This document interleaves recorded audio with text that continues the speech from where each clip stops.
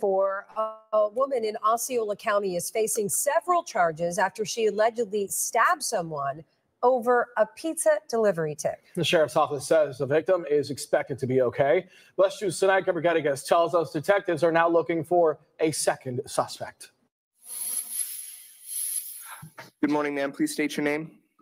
Brianna Alvelo. At 22 years old, Brianna Alvelo could spend the rest of her life behind bars. She's accused of making a pizza delivery turn violent. State believes that this is a punishable by life offense. There should be no bond set, and it should not be set for a pretrial detention hearing. Osceola County Sheriff's Office says on Sunday evening, someone staying at the Rivera Motel in Kissimmee ordered pizza. Detectives claim Alvelo delivered the pizza to the person, but she was not happy with her tip. I do find that there is probable cause. Investigators say Alvelo came back to the motel room, this time with a man who had a gun. They say the two of them forced their way into the room, and then Alvelo used a knife to stab the victim several times. And I've never heard of nothing like that. I have 3 kids, but it's good to know because I'll always be aware. The woman is also accused of stealing things from the room. She is facing charges of home invasion, attempted murder, kidnapping, and aggravated assault. That goes to show you don't trust nobody, no matter where they are. Deputies are looking for the armed man who was with Alvelo. Covering Osceola County in Kissimmee, Sanaiga Rodriguez, WESH 2 News.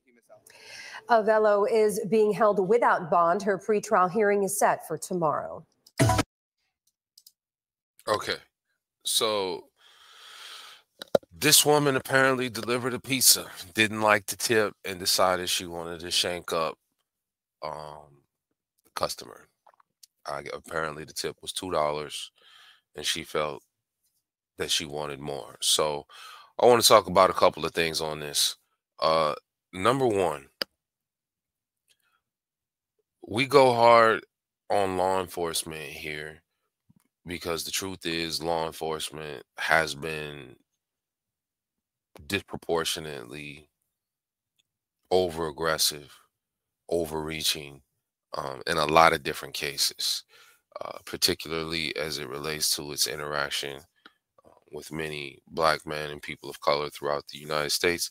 However, the truth is that they've also moved a lot of decent white people off the board.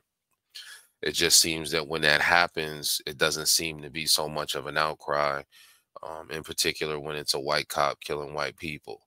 When Black cops kill Black people in Black areas, it's also not that much of a deal.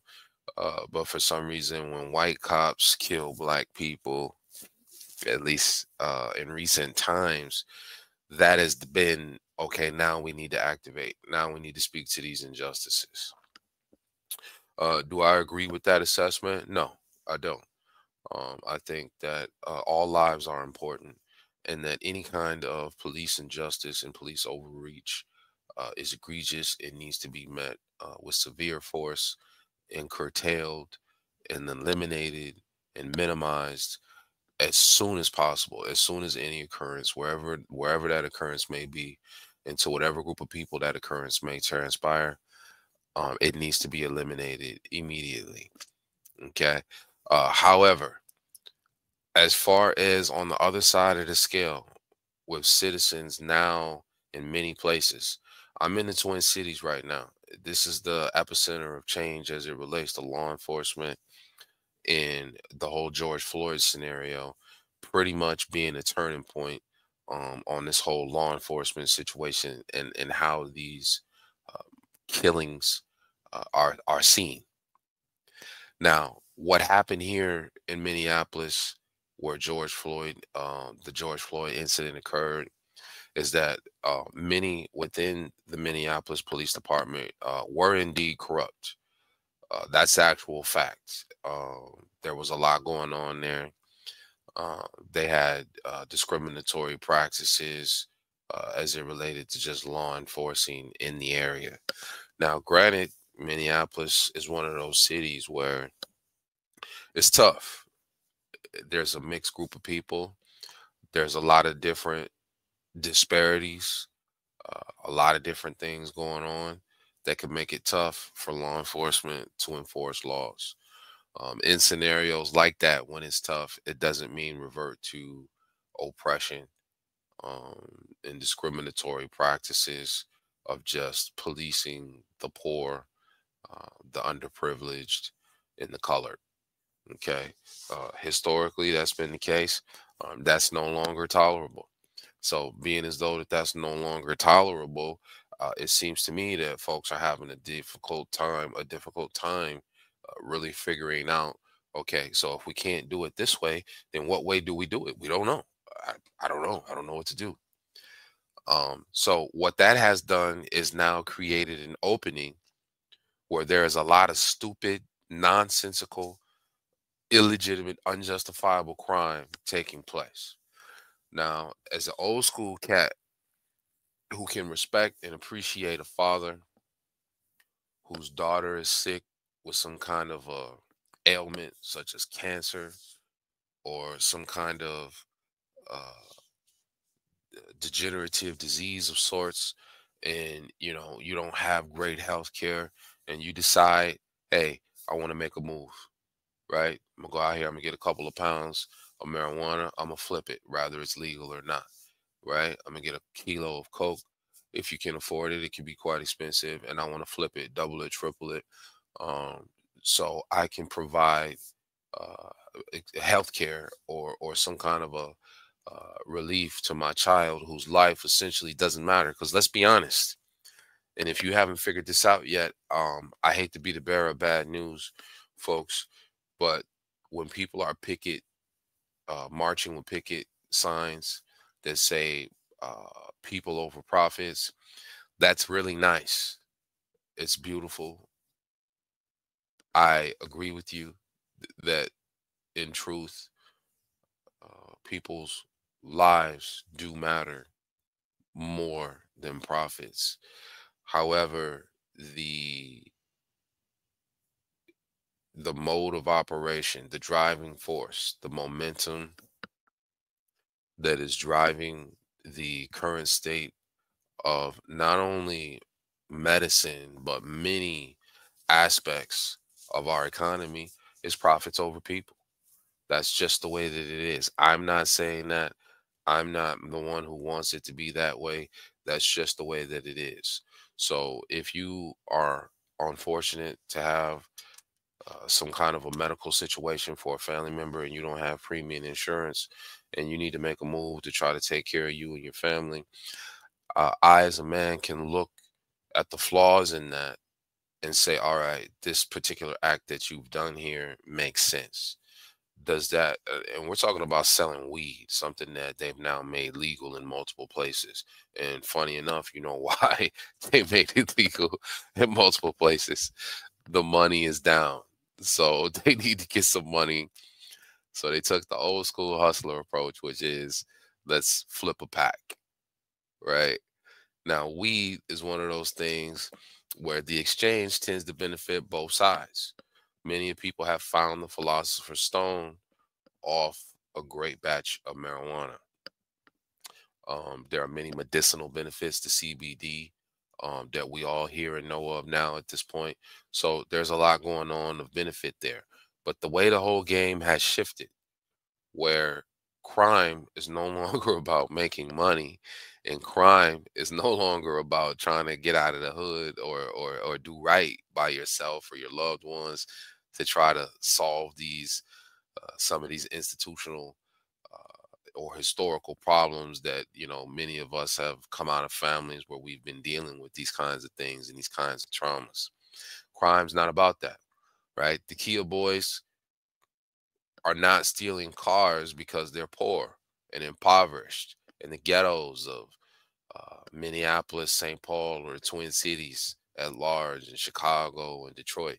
They're not doing it because they're trying to get out of there. They're doing it for fun, enjoy riding, something that I can't really get behind. This woman here, she decides that she's going to shank up a person who didn't give her a tip that she felt that she deserved. I take issue with that kind of crime, right? It's not, these are not justifiable activities to be in your feelings. about how you feel that you're worth and you're owed so much more. A lot of people have this mentality. I've had it. It's something that in some sense is a normal human occurrence to think of yourself more than what you are and to think that you're worth more than what you really are. It could be humbling to realize that you're not worth what you think you are. A little bit too humbling for some. So my advice would be it can't go down like that, right? Like we can't be out here thinking that, you know, and let me say this. Let me say this because I deal with this actually current day in my everyday life. Barbers, bartenders, servers of all types, people who are in the service sector who are looking for tips for their productivity. You're not owed any particular tip just because, you know, we have really their social norms that we've developed that says you should be tipped.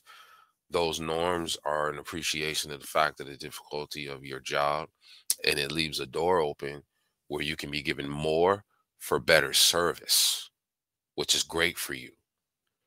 But we've gone from leaving the door open to where you can be given more for better service to I don't have to do anything and you owe me 8, 10, 12% automatically just because this is what we do. And it doesn't go like that, right? In my case, I'm all for tipping. I've been a server and I know how that goes. I work with people now. I've worked with people for an extended period of time. So I understand that it's nice to be given more than an hourly wage for what you do, when especially when you yourself go above and beyond, when you're doing more than the next server or the next person. So it would make sense that you should be giving more because you do more.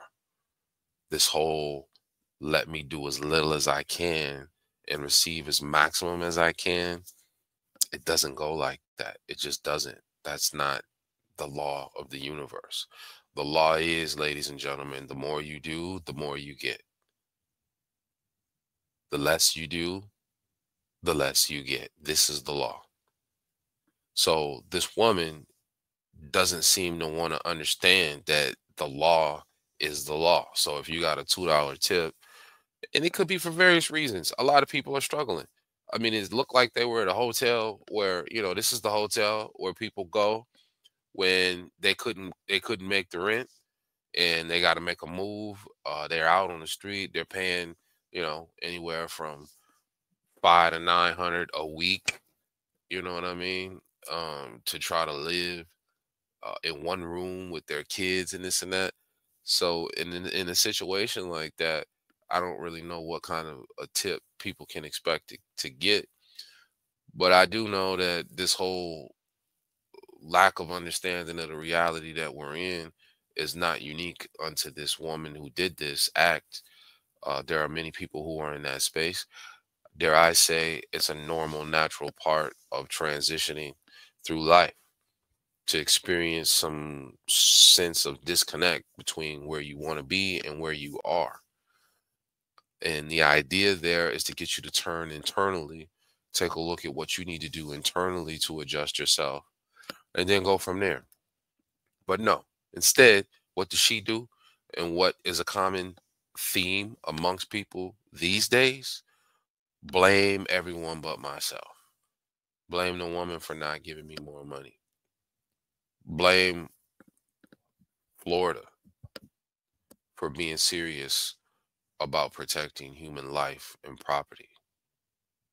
Blame the white people. Blame the federal government. Blame Trump. Whatever. Blame anyone and everyone but yourself. Does it mean bad things doesn't happen to good people? No. Right? Things happen for whatever reason to all of us in some shape, form, or fashion or another throughout this journey of ours in life. It does not mean, though, that it's okay to take out your mess onto someone else who's got a whole bunch going on. So you got this single mom here in this hotel for struggling folk who, because she couldn't afford to give you what, maybe if 2 wasn't enough, what do you want? 10? I mean, 5, right? So you're telling me an extra $3 would have prevented you from, as the prosecutor said here, she's looking at life, right? She's looking at life because she didn't get anywhere from an extra $3 to $7, let's say $3 to $10 more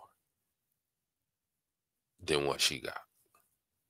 And apparently the woman tipped her too, which I often do when I'm struggling, just because I don't want to leave someone with nothing who's doing that job, bringing my food. I'm trusting you to be in good spirits, be in a good place. But if I'm ordering and I don't have a lot, but I do want you to have something, I hit you with the 2. That's what I got, bro. Now we're in a time where you're telling me you want to shank me because I got $2 rather than 0. You know what I mean? It's ridiculous. Now, having said that, I do believe this is an isolated event. I don't think, in fact, I know most people are not running around like this woman. Okay. Does it mean we need more law enforcement and more police now to come and save the day from all these terrorists that are running around in the streets like this Olivia or whatever her name was? No, I don't think so at all. I really don't. I will say though that we have to do better as individuals and as a society and as a race of people. And as a race of people, I mean the human race right now. I think it's fair to say that we have taken a lot of leaps forward in the last 100 years as a civilization.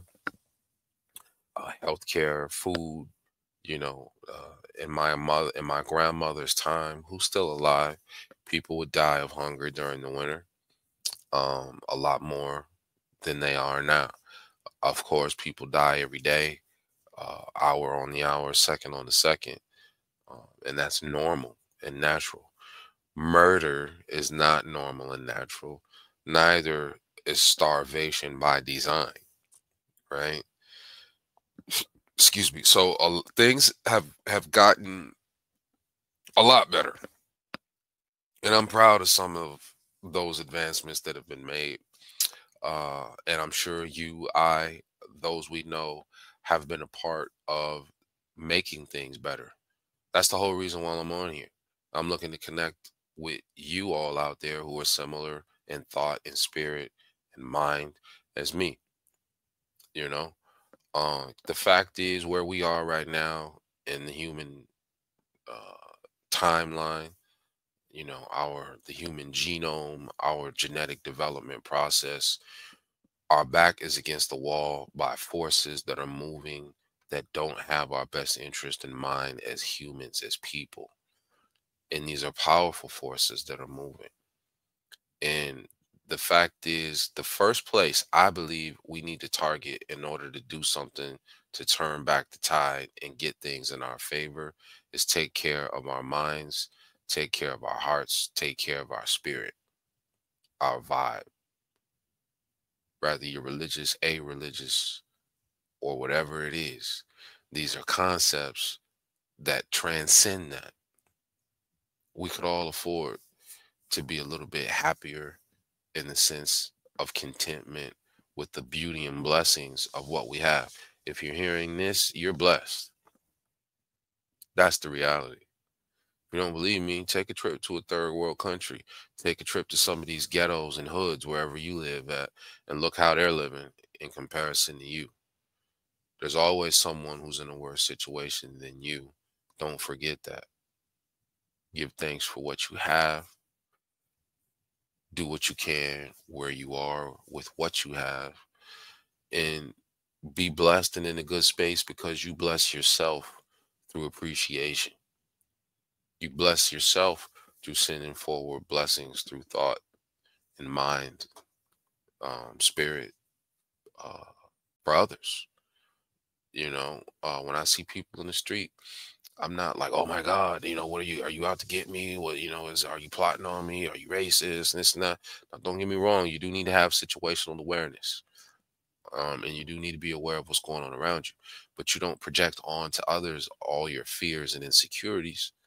You assess the situation for what it is, and you keep yourself in good spirits, and you'll see a difference. I certainly have. Wishing you all the best blessings and success to you wherever you may be. And remember, folks, if it's meant to be any of these changes that we'd like to see, it's up to you and me.